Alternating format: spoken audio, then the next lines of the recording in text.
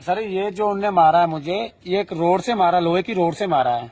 उनके पास कुछ लोहे का खोखरी, एक थी खोखरी बोल रहे हैं उनको ना, खोखरी सर हमने देखी नहीं जिंदगी में, खोखरी से, पुट्ठी खोखरी थे, खोखरी से मारा था उनने मुझे। सर ये जो उनने मारा है मुझे, ये एक रोड से मारा, लोहे की रोड से मारा है। उनके पास कुछ लोहे का खोखरी, एक थी खोखरी बोल रहे हैं उनको ना, खोखरी सर हमने देखी नहीं जिंदगी में, खोखरी से, पुट्ठी खोखरी थे, खोखरी से मारा था उनने मुझे। ये सोचकर हैरानगी होती है कि हमारे जम्मू कश्मीर में भी इस तरह की गुंडागर्दी जो है वो चल रही है। नमस्कार, आप देख रहे हैं जेके चैनल और मैं हूं आपके साथ अदीप को। ये तस्वीर जो इस वक्त आपने देखी, ये जम्मू के सोर टोर प्लाजा की है, जहां पर कुछ इस तरह की गुंडागर्दी की गई कि वो लोग जो है हिमाचल से आ रहे थे जम्मू की ओर, और जब उन्हें टोल प्लाजा पे रोका गया तो उन्हें टैक्स जो है वो मांगा गया। तो जब उस गाड़ी का जो ड्राइवर है तो उसने साफ तौर पर बताया कि हमारी गाड़ी पे जो है फास्ट ट्रैक जो है वो लगा है, उससे हमारा टोल जो है वो कट जाता है। तो जब उन्होंने मना किया तो वहाँ पर गुंडागर्दी शुरू हो गई। जी हाँ, और गुंडागर्दी इस तरह से बढ़ गई कि जो वो लोग उस वक्त जम्मू की ओर आ रहे थे, वो किसी का इलाज के लिए आ रहे थे, एक पेशेंट भी उनके साथ थे, और वहाँ पर उन्होंने मारपीट जो है वो शुरू कर दी। और उनके साथ 5 लाख का कैश भी था, जो कि वो भी लेकर वो गुंडे फरार हो गए। और इतना ही नहीं, उन्होंने इतने बुरे तरीके से उस ड्राइवर को मारा है। आप ये विजुअल्स एक बार फिर से देखिएगा और खुद सुनिएगा कि आखिर उन लोगों का क्या कुछ कहना है, क्योंकि इस तरह की गुंडागर्दी जब जम्मू में चल रही है और उनका भी यही कहना है कि हमें खुद शर्म आती है, हमें जहर खा लेते, क्योंकि यह इस तरह की गुंडागर्दी जो है वो जम्मू में भी शुरू हो चुकी है। यहाँ पर हम भी सेफ नहीं हैं। सर ये जो उनने मारा है मुझे, ये एक रोड से मारा, लोहे की रोड से मारा है। उनके पास कुछ लोहे का खोखरी, एक थी खोखरी बोल रहे हैं उनको ना, खोखरी सर हमने देखी नहीं जिंदगी में, खोखरी से, पुट्ठी खोखरी थे, खोखरी से मारा था उनने मुझे। और ये देखो सर मेरी हालात, केस तो मैंने दिया, मैंने जान बचाई सर। जम्मू में इतना डर लग रहा है कि अब हमें आना जम्मू में, मतलब कि बहुत मजबूर हो गए कि जम्मू में कैसे आए।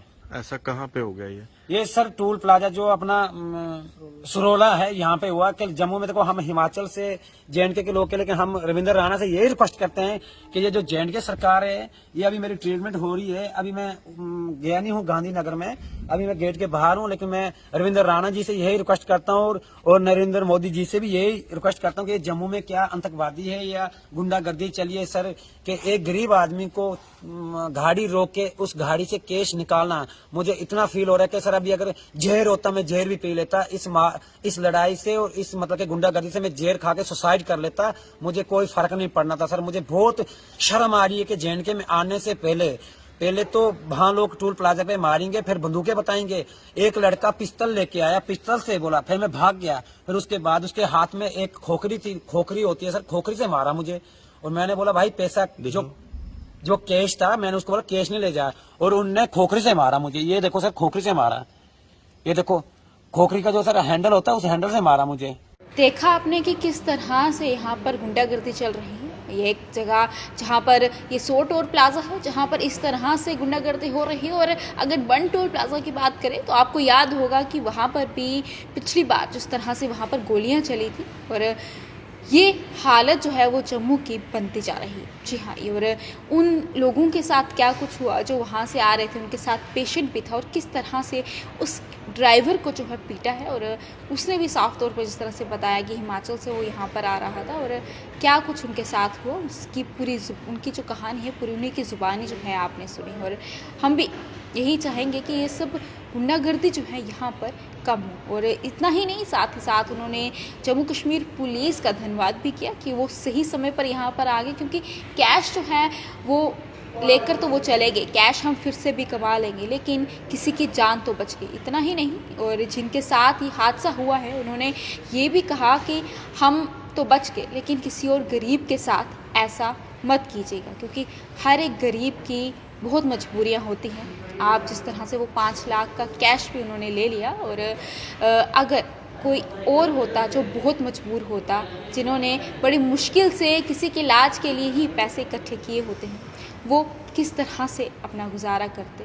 और ये भी सच होता कि वो जहर भी खा लेते, ये भी हो सकता है। तो इस चीज़ के ऊपर प्रशासन जो है वो थोड़ी और ध्यान दे ताकि इन सब चीज़ों को भी यहाँ पर रोका जा सके। इसी के साथ मुझे दीजिएगा इजाज़त।